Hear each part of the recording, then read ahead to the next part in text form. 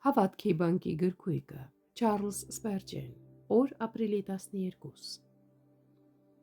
Որովհետև ես պիտի ներեմ նրանց անօրենությունը և նրանց մեղքերը այլևս պիտի չհիշեմ։ Երեմիա 31-րդ գլուխ 34-րդ խոսք։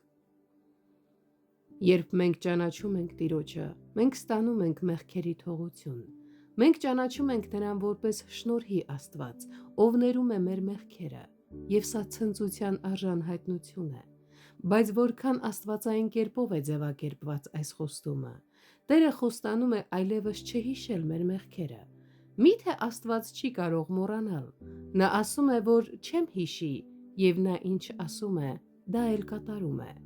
Նա մեզ վրա կնայի այնպես, կարծես մենք երբեք մեղք չենք գործել։ Մեծ քավությունն այնքան արդյունավետորեն է վերացրել բոլոր մեղքերը, որ Աստծո նպատակի համաձայն դրանք այլևս գոյություն չունեն։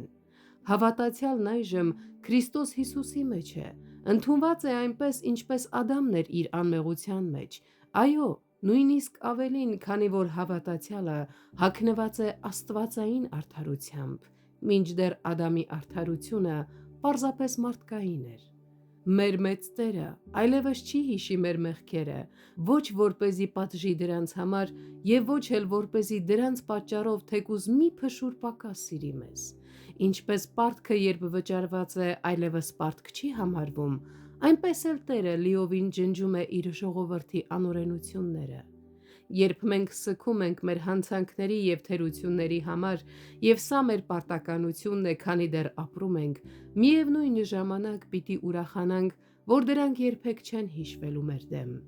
Սա է, որ մեզ սովորեցնում է ատել մեղքը։ Աստծո ազատ ներման շնորհն է, որ մեզ մղում է, որ այլևս երբեք չվշտացնենք նրան մեր անհնազանդությամբ։